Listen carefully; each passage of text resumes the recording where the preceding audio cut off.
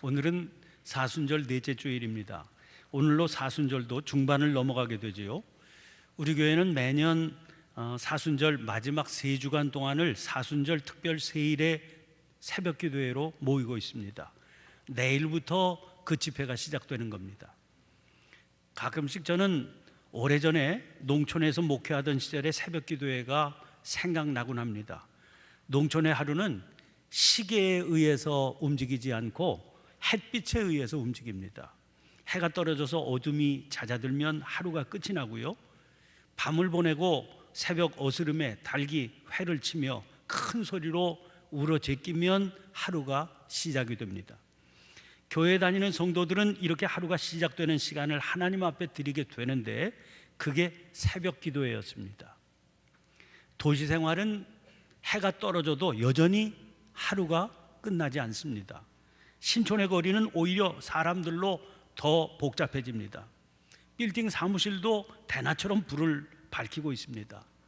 밤이 아주 깊어져야 조금씩 어둠이 찾아오기 시작하죠. 교회 다니는 성도들이라고 그래서 그 도시의 리듬을 완전히 외면하거나 피해가기는 어렵습니다. 그것을 알고 있기 때문에 평소에는 새벽 기도회를 강조하기가 어렵습니다. 그러나 1년에 2차례 세일의 특별 새벽 기도회는 다릅니다. 저는 이 특별 새벽 기도회를 마치 이스라엘의 초막절 행사와 비교하고 싶습니다. 이스라엘의 초막절이라고 하는 절기는 자기 조상들이 광야에서 살던 삶을 재현하는 절기입니다. 그래서 이름도 초막절입니다. 이 절기가 되면 이스라엘 사람들은 집을 떠나 광야로 나가서 초막을 짓고 지냅니다. 형편상 광야로 나가기 어려운 사람들은 아파트 옥상에라도 초막을 치고 거기서 생활을 합니다. 그 옛날에 애굽을 빠져나온 자기 조상들이 광야에서 초막을 치고 살면서 오직 하나님만 바라보고 살던 그때의 경험을 재현하는 겁니다. 그 경험을 통해서 하나님 앞에서 흐트러졌던 영적 자세를 새롭게 추스리는 그런 기회로 삼는 겁니다. 우리도 마찬가지입니다. 아무리 어려워도 1년에 2번 정도는 하나님 앞에서 마음을 가다듬는 일이 필요합니다. 영적 건강을 살피는 정기 점검이라고 해도 좋겠습니다. 그러므로 이 세일의 기간 동안에만은 삶의 리듬을 새벽에 맞추어 보시기를 바랍니다. 이를 위해서 가능하면 이 기간 동안에는 일찍 퇴근하려고 하시고 가능한 한 저녁 약속 같은 것 피해 보시기를 바랍니다. 성도들끼리, 예를 들면 같은 속회 속도원들끼리 혹은 같은 선교회 회원들끼리 이번 작정 새벽기도에 우리 서로 개근하자 이렇게 다짐을 해보시고 새벽마다 서로 일깨워 주시거나 아니면 카풀을 약속해 보셔도 좋지 않겠나 싶습니다. 특히 올해 사순절 새벽기도회는 아주 특별한 기도 제목을 가지고 부르짖어 기도할 시기입니다. 급격하게 움직이고 있는 한반도 정세 때문입니다. 핵전쟁 위협 때문에 온 세계를 근심하게 하던 정세가 평창올림픽을 계기로 갑작스럽게 요동을 치고 있습니다. 4월은 남북 정상회담, 그리고 5월에 북미 정상회담 같은 중요한 일들을 앞두고 있지요. 이 땅의 교회와 성도들은 기도할 때마다 남북의 평화적인 통일을 하나님 앞에 부르짖어 왔습니다. 하나님께서 역사의 주인이심을 믿기 때문 아닙니까? 이번에 돌아가는 일들은 전문가라고 하는 분들도 전혀 예상하지 못했던 돌발적인 상황 아닙니까? 우리는 이번 일들도 하나님께서 역사하신 증거다, 그렇게 믿고 싶습니다. 하나님께서 역사하실 때 사람들의 마음이 그 역사에 민감하게 반응하고 순종하면 무슨 일이 일어날지 알 수 없는 겁니다. 그래서 기도해야 됩니다. 그런데 남북의 평화 통일을 기도하면서 늘 함께 기도하는 일들이 있습니다. 남북의 평화 통일은 하나님께서 역사하셔야 이루어질 수 있는 일이지요. 그런데 문제는 과연 우리의 지금 자세와 상태가 하나님의 역사가 나타날 만한 상황인가 하는 것을 묻곤 했습니다. 하나님은 언제나 정결한 그릇을 들어 쓰시기 때문이지요. 그런데 과연 이 상황에서 우리가 기도하는 대로 갑자기 통일이 이루어지게 되면 무슨 일이 일어날까 생각해 보면 두려운 마음이 들 때가 있습니다. 정말 우리가 그런 하나님의 은혜를 받을 만한 정결한 그릇이 되어 있나 싶은 마음 때문입니다. 그러므로 하나님의 역사하심을 받아들일 수 있도록 우리 스스로 정결한 그릇이 되어야 한다. 그런 기도가 필요합니다. 그런데 이런 때 이 땅에서는 미투 운동이 한참 전개되고 있습니다. 원래 이 운동은 2006년 미국의 사회운동가 타라나 버크로부터 시작된 캠페인으로 알려져 있습니다. 성범죄에 특히 취약한 유색인종 여성 청소년에게 너는 혼자가 아니다, 그런 메시지를 전달해 주기 위해서, 또 성폭력을 경험한 여성들 간의 공감을 통해서 연대의식을 강화하고자 하는 목적으로 전개한 운동입니다. 이 운동이 요원의 불길처럼 번져나가게 된 결정적인 사건이 작년, 그러니까 2017년 10월 5일 뉴욕 타임즈를 통해서 하비 와인스타인의 성폭력 스캔들이 폭로되었기 때문입니다. 이 폭로 기사는 헐리우드의 유명 영화 제작자인 그가 지난 30여 년간 자기의 권력을 이용해서 수많은 여성 배우들, 직원들에게 성추행과 성폭력 등을 저질렀음을 밝혀냈습니다. 그로부터 열흘 후인 10월 15일 배우 알리사 밀라노가 트위터를 통해서 미투 해시태그를 붙여서 성폭력 피해를 고발하자, 이렇게 제안했습니다. 사회에 만연한 성폭력의 규모와 심각성을 알리고 생존자들과 함께 연대 의지를 밝히자는 취지였습니다. 이후 하루 만에 약 50만 건의 트윗이 뒤따랐고 페이스북에서만 처음 24시간 동안 약 1200만 건 이상의 글이 올라왔습니다. 유명 배우들을 시작으로 문화계, 언론계, 정계, 재계 등 각계각층에서 일하는 많은 여성들이 자기들의 피해 경험을 고발한 겁니다. 작년 연말까지만 해도 이 운동은 남의 나라 이야기처럼 들렸습니다. 그러던 중 얼마 전에 한 여검사가 용기 있는 고백을 터뜨리면서 이게 우리나라에서도 퍼져나가기 시작했습니다. 고백을 쏟아놓은 여검사는 법률 전문가인 자기가 그토록 속수무책일 수밖에 없었을 때 일반인들의 상황은 어떻겠느냐, 그렇게 묻고 있습니다. 그에 이어서 문화계, 연예계, 대학가, 정치권, 이렇게 사회 지도층에 속한 분들에 대한 미투가 쏟아져 나오고 있습니다. 일일이 사례를 거론할 수 없을 정도입니다. 급기야 종교계 문제까지도 터져 나오고 있습니다. 이 운동을 지켜보면서 먼저 들었던 생각은, 아니, 이 세상 어디 한 군데 온전한 데가 없구나, 그런 생각입니다. 고발의 대상이 되는 이들은 하나같이 힘 있는 이들입니다. 문제가 성적인 문제였기 때문에 힘 있는 남자들이 상대적으로 힘이 약한 여자들에게 가한 폭력으로 나타났습니다. 그런데 생각해 보면 그런 문제가 꼭 성적 폭력만이겠습니까? 폭력의 대상이 된 이들의 한결같은 호소입니다. 주변에서 알면서도 도와주거나 막아서는 이들이 없더라는 겁니다. 방조는 물론이고 심지어 협력까지 하더라는 거지요. 그럼 왜 이런 일들이 일어나게 되는 걸까요? 그들이 지닌 힘 때문이 아닙니까? 그 말은 자기에게 힘이 있다고 생각되면 단순히 성적 폭력만 행사하지 않는다, 그렇게 보아야 됩니다. 곳곳에서 말도 못할 폭력이 숱하게 자행되고 있었던 셈입니다. 이런 폭력 행사는 꼭 지도층 인사들만의 모습이 아닙니다. 서로의 사이에서 조금만 자기가 힘이 더 우월하다, 그렇게 생각되면 즉각적으로 폭력이 행사되곤 합니다. 소위 갑질 논란도 사실은 그런 폭력의 일종 아니겠습니까? 그런데 문제는 이런 현상이 너무나 광범위하게 또 뿌리가 깊게 만연되어 있다는 겁니다. 너무나 보편적인 일로 여겨지고 있어서 스스로 깨닫는 것조차 어렵다는 겁니다. 깨닫지 못하니 고치기가 어렵지요. 지난 주간 한 주간을 저는 기도원에 들어가 지냈습니다. 세일의 준비를 위한 기도 주간을 보낸 겁니다. 그 기도 주간 동안 세상에서 벌어지고 있는 이런 운동을 놓고 저 스스로를 돌아보는 기회를 삼게 됐습니다. 가정에서는 남편으로 아내에게 어떻게 대했었나를 생각했습니다. 이제는 다 품에서 떠나 있기는 하지만 아이들에게는 어떤 아비였나 생각했습니다.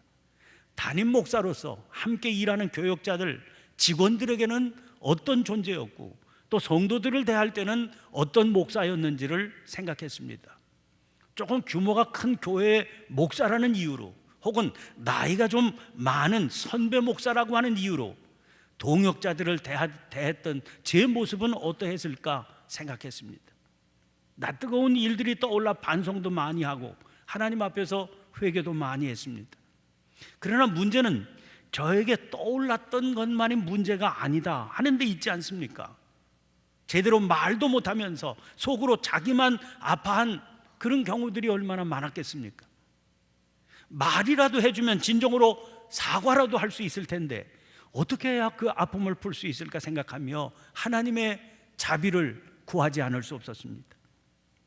그런 마음으로 오늘 본문 말씀을 봤습니다. 오늘 본문 말씀은 1절부터 3절 그리고 4절부터 7절 그리고 8절부터 10절까지의 세 부분으로 나누어집니다.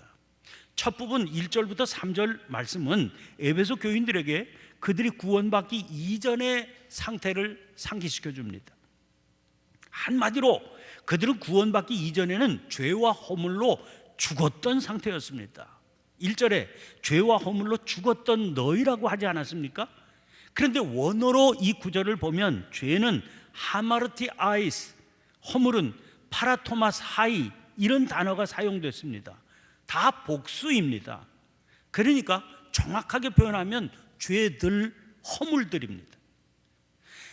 덜 추어내면 이게 한두 가지가 아닌 더럽고 추접한 것들이 주렁주렁 속에서부터 딸려 나왔었다는 겁니다. 창세기에서 하나님께서 사람을 창조하시던 그 장면 떠올려 보세요. 창세기 4장 2장 7절입니다. 여호와 하나님이 땅의 흙으로 사람을 지으시고 생기를 그 코에 불어넣으시니 사람이 생명이 된지라. 세번역에는 이렇게 이 구절이 되어 있습니다. 주 하나님이 땅의 흙으로 사람을 지으시고 그의 코에 생명의 기운을 불어넣으시니 사람이 생명체가 되었다. 여기서 우리는 사람과 짐승의 결정적인 차이를 만나게 됩니다. 사람이 짐승이 아닌 생명, 즉 생명체가 되는 것은 생기, 생명의 기운 때문입니다. 그런데 여기 생기, 생명의 기운이라고 한 단어는 루아흐, 곧 하나님의 숨입니다. 신약에서는 성령을 이 루아흐라고 그랬습니다. 사람이 사람으로 살고 있는 것은 생명의 기운, 곧 성령의 역사 때문입니다. 그러므로 성령의 역사가 아니면 진정으로 그가 살아있다 그렇게 말할 수가 없는 겁니다.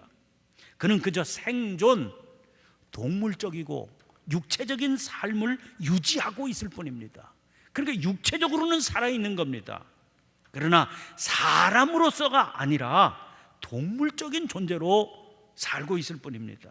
그러니 사람으로서는 사실은 죽은 존재인 거지요. 그런 사람을 우리는 가리켜 개만도 못한 존재다 그렇게 말하고 있습니다. 살아있으면 그게 작은 물고기라도 살아있기만 하면 물결을 거슬러 올라가게 되어 있습니다. 그러나 죽은 존재면 고래라 할지라도 물결을 따라 흘러내려갈 수밖에 없습니다. 마찬가지입니다. 생명의 기운이 없는 죽은 자이기 때문에 그는 세상의 풍조, 세상의 물결을 따라 내려갈 수밖에 없습니다. 그에게 중요한 것은 하나님의 말씀이 아닙니다. 보통 대개의 세상 사람들이 추구하는 게 뭐냐? 그게 그를 움직이게 하는 가장 중요한 요인이 됩니다.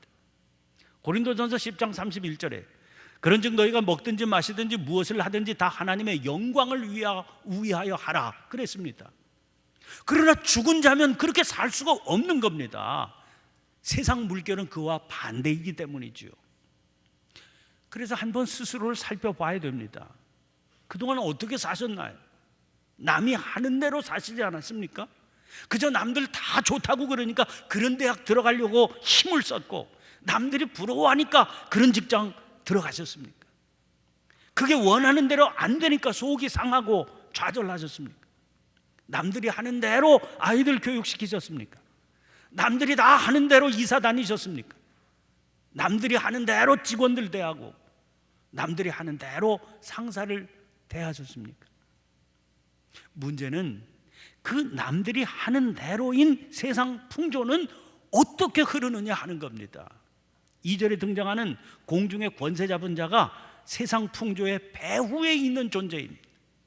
성경에 등장하는 공중의 권세 잡은 자는 사탄을 말합니다. 고린도후서 11장 14절에 사탄도 자기를 광명의 천사로 가장한다고 그랬습니다. 여러분, 광명의 천사가 뭡니까? 우리에게 마치 대단한 삶을 안겨줄 것처럼 유혹하는 존재입니다. 자기 말 듣고 자기 따라 움직이고 행동하면 출세시켜주고 돈 벌게 해주고 그러면 그 결과로 행복해질 거다, 그렇게 유혹합니다. 이게 공중의 권세 잡은 자 사탄입니다. 사탄은 세상의 풍조를 움직여서 우리를 유혹하고 있는 겁니다. 그러면 왜 그런 유혹에 넘어갈까요? 3절 말씀 보세요. 육체의 욕심을 따라 지내며 육체와 마음이 원하는 것을 하여. 바울의 분석은 참 명확합니다. 육체의 욕심을 따라 지낸다고 그랬으니까 육체가 원하는 것을 하여 이래야 옳을 것 같지 않습니까? 그런데 육체가 원하는 것을 하여 이러지 않고 육체와 마음에 원하는 것이라고 그랬습니다. 육체의 욕심은 육체에서만 원하는 게 아니라는 겁니다. 사실 더 근원적인 건 마음입니다. 성령의 인도함을 받지 못하는 마음은 정상적인 판단을 하지 못합니다. 그 근본은 순전히 이기적인 욕망, 자기 중심적인 사고에서 벗어나지 못합니다. 그러니까 오직 자기의 정욕만 추구하게 되어 있습니다. 여기에 힘이 실리게 되니까 미투의 대상이 되는 죄를 짓는 겁니다. 자, 2절이 어떤 단어로 시작되는지 유심히 보세요. 그때의 너희는 이렇지요. 3절도 보세요. 전에는 우리도. 그러니까 지금까지 바울이 지적한 일들은 무슨 남들에게 하는 얘기가 아닌 겁니다. 에베소 교회 교인들에게 하는 얘기입니다. 이거 세상 사람들 얘기가 아니다, 그 말이에요. 전에는 지금 세상 사람들이 사는 것과 다르지 않았습니다. 그러나 중요한 것은 지금 아닙니까? 지금은 어떻습니까? 5절 6절이에요. 허물로 죽은 우리를 그리스도와 함께 살리셨고 너희는 은혜로 구원을 받은 것이라 또 함께 일으키사 그리스도 예수 안에서 함께 하늘에 앉히시니. 여기 세 개의 동사가 에베소 교회 교인들의 현실을 설명하기 위해서 동원되고 있습니다. 살리셨고 일으키사 앉히시니. 지금 우리가 사순절 보내고 있습니다. 예수님께서 십자가 지시고 돌아가신 그 순환의 의미를 묵상하는 절기입니다. 그런데 이 순환절의 마침은 부활주일입니다. 부활이 있기 때문에 순환이 의미 있는 것이다, 그런 말입니다. 그리고 그 순환과 부활은 단지 예수님 한 분에게만 의미 있는 일이 아닙니다. 우리에게 의미 있는 일입니다. 그래서 사순절의 은혜를 묵상해야 되고 부활의 기쁨을 찬양하게 되는 겁니다. 자, 왜 그렇습니까? 예수님 무덤에 갇히실 때 우리도 그 무덤에 있었습니다. 죄와 허물로 죽었던 우리이기 때문입니다. 그런데 하나님께서 그 무덤을 깨뜨리시고 주님을 살리셔서 일으켜 주셨습니다. 그리고 하늘로 올리셨습니다. 그건 주님만이 아닙니다. 그 무덤에 같이 묻혀있던 우리도 주님과 함께 살리셨고 함께 일으키셨고 함께 하늘에 앉히셨습니다. 그러면 하나님은 왜 이런 일을 하시는 걸까요? 4절 말씀 보세요. 긍휼이 풍성하신 하나님이 우리를 사랑하신 그 큰 사랑을 인하여. 하나님은 긍휼이 풍성하신 분이십니다. 세번역은 이 부분을 하나님은 자비가 넘치는 분이라고 옮겼습니다. 하나님의 그 자비하심 때문입니다. 이 세상 모든 만물들을 향해서도 자비가 넘치시는 하나님이시지만 특히 우리를 향한 사랑은 더 크고 더 놀라웠습니다. 그래서 하나님께서는 우리의 이런 형편 보고 그냥 내버려 두실 수가 없으셨기 때문입니다. 그러므로 이것은 순전히 우리가 그럴만해서, 그러니까 우리에게 무슨 자격이 있어서가 아닙니다. 우리는 기대할 수도 없고 요구할 수도 없었습니다. 그래서 순전히 은혜입니다. 이게 참 중요합니다. 그런 이유로 5절 말씀 뒷부분에 아예 괄호를 치고 그 안에 너희는 은혜로 구원을 받은 것이다, 이걸 넣은 겁니다. 이게 문맥을 끊고 들어갈 정도로 중요한 내용이기 때문에 그렇게 해놓은 거지요. 또 8절 말씀도 보세요. 너희는 그 은혜에 의하여 믿음으로 말미암아 구원을 받았으니. 얼마나 강조하고 싶은 중요한 내용인지 다시 은혜로 얻은 구원을 재차 여기서 언급하며 강조하고 있습니다. 은혜, 카리스, 이게 뭡니까? 선물입니다. 여러분, 뇌물과 선물의 차이가 뭡니까? 둘 다 남이 대가를 받고 팔지 않고 거저주는 겁니다. 사실 뇌물도요, 주는 쪽에서는 이건 선물이야, 부담 없이 받아, 그렇게 하면서 준 겁니다. 그런데 둘의 차이는 분명합니다. 대가를 바라는 거냐 아니냐에 따라서 달라집니다. 그래서 뇌물죄의 여부를 가릴 때 그걸 준 사람과 받은 사람 사이에 직무상 연결고리가 있느냐를 따지지요. 딱히 연결고리가 없다 할지라도 상대가 그럴 만한 힘이 있다고 생각하면 뇌물로 판명되기 쉽습니다. 만약 귀한 것을 주긴 했지만 그걸 받은 상대가 아무 힘도 없고요, 자격도 없다, 분명한 선물입니다. 그런 선물을 받아도 그 선물을 준 상대에게 갚을 것이 아무것도 없다, 그게 선물인 겁니다. 하나님께서 우리를 그리스도와 함께 살리셨고 일으키셨고 하늘에 앉히셨습니다. 우리가 무슨 자격이 있어서가 아닙니다. 그런 선물 받았어도 그 선물에 해당될 만한 일을 할 수가 없습니다. 그런데 그 귀한 거 그냥 주셨어요. 하나님의 풍성하신 자비하심 때문입니다. 우리를 향하신 크고 놀라운 사랑 때문입니다. 우리는 분명한 거 한 가지를 알아야 됩니다. 8절 9절 말씀입니다. 너희는 그 은혜에 의하여 믿음으로 말미암아 구원을 받았으니 이것은 너희에게서 난 것이 아니요 하나님의 선물이라.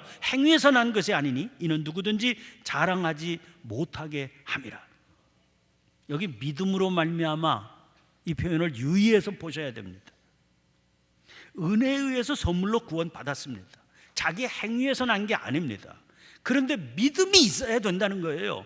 믿음은 자기 믿음 아닙니까? 그렇다면 믿음이라고 하는 자기의 노력, 자기의 공로, 자기의 행위가 있어야 된다는 말인가 싶습니다. 그런 오해를 불식시켜주는 말씀이 누구든지 자랑하지 못하게 함이라 하는 말씀입니다. 자랑한다, 이게 뭡니까? 마치 자기가 그럴 만한 자격이나 힘이 있어서 받은 듯이 잘난 척하고 뻐긴다, 그런 말 아닙니까? 사실을 알고 보면 그런 모습은 얼마나 어리석은 모습입니까? 분명한 것은 우리가 그 선물 받을 만한 자격이나 능력이 있어서 받은 게 아니라는 거지요. 그래서 은혜요, 그래서 선물 아닙니까? 그러니 누가 자랑할 수 있겠습니까? 이 사실을 인정하고 고백하는 것, 그게 믿음입니다. 선물을 당연히 받을 것이 아닌 선물이라고 인정하고 고백하며 받아들이는 것, 그래서 선물을 선물이 되게 하는 것, 그게 믿음입니다. 이 믿음이 분명한 사람에게서 나타나는 현상이 있습니다. 그것이 하나님께서 우리에게 은혜를 베푸신 또 하나의 이유가 되기도 합니다. 10절 말씀 보세요. 우리는 그가 만드신 바라 그리스도 예수 안에서 선한 일을 위하여 지으심을 받은 자니 이 일은 하나님이 전에 예비하사 우리로 그 가운데서 행하게 하려 하심이니라. 바울은 이미 1장 12절에서 이런 말씀 한 바 있습니다. 이는 우리가 그리스도 안에서 전부터 바라던 그의 영광의 찬송이 되게 하려 하심이라. 하나님께서는 우리가 하나님의 영광을 찬송하는 존재가 되기를 원하셨습니다. 이게 전에 예비하신 일입니다. 그런데 우리가 어떻게 하나님의 영광을 찬송할 수 있겠습니까? 그분이 행하신 일을 그대로 드러내기만 하면 되는 겁니다. 그분이 행하신 일이 뭡니까? 아무런 자격도 없는 우리, 그래서 스스로를 위해서 아무것도 할 수 없었던 우리를 그분이 은혜 가운데 살리셨고 일으키셔서 하늘에 앉히신 거지요. 그렇게 하신 뚜렷한 증거가 뭡니까? 세상 풍조를 따라 육체의 욕심을 따라 육체와 마음에 원하는 것을 따라 살지 않는 겁니다. 한마디로 세상 사람들이 가는 길로 가지 않는 겁니다. 좁은 문으로 들어가는 겁니다. 힘이 있어도 그 힘을 누군가를 억울하게 만들고 눈물 흘리게 만들고 고통받게 만들지 않고 그 힘을 누군가를 행복하게 해주며 살아가는 겁니다. 어떻게 그게 가능하겠습니까? 날마다 주님 주시는 은혜를 힘입어야만 됩니다. 때마다 일마다 성령의 인도하심을 따라 살 수 있어야만 됩니다. 이것이 우리가 새벽마다 부르짖어 기도해야 될 이유인 겁니다. 그래서 내일 새벽부터 시작되는 특별한 기도의 제단으로 여러분을 초대하는 것입니다. 기도하겠습니다. 은혜로우신 하나님, 사순절을 지나면서 죄와 허물로 죽었던 저희를 살리신 주님의 십자가를 다시 든든히 붙들게 하시니 감사를 드립니다. 이 절기에 믿음 더욱 주셔서 허락하신 은혜를 놓치지 않고 더 풍성히 누리며 살아가는 복된 기회가 되게 주시옵소서. 특별한 기도의 기간을 허락해 주시니 감사합니다. 힘써 마음의 결심을 하고 참여하게 하옵소서. 장애물들 극복하는 믿음 허락해 주옵소서. 은혜 사모하는 갈급함 주시옵소서. 그리고 제단 앞에 나와 부르짖을 때 내리시는 신령한 은혜를 새벽마다 맛보는 구체적인 응답들로 풍성케 주옵소서. 하늘에 속한 모든 신령한 복으로 충만케 하시기를 기뻐하시는 사랑의 주님 그리스도 예수님 이름으로 기도하옵나이다. 아멘. 아멘. 우리 모두 일어나셔서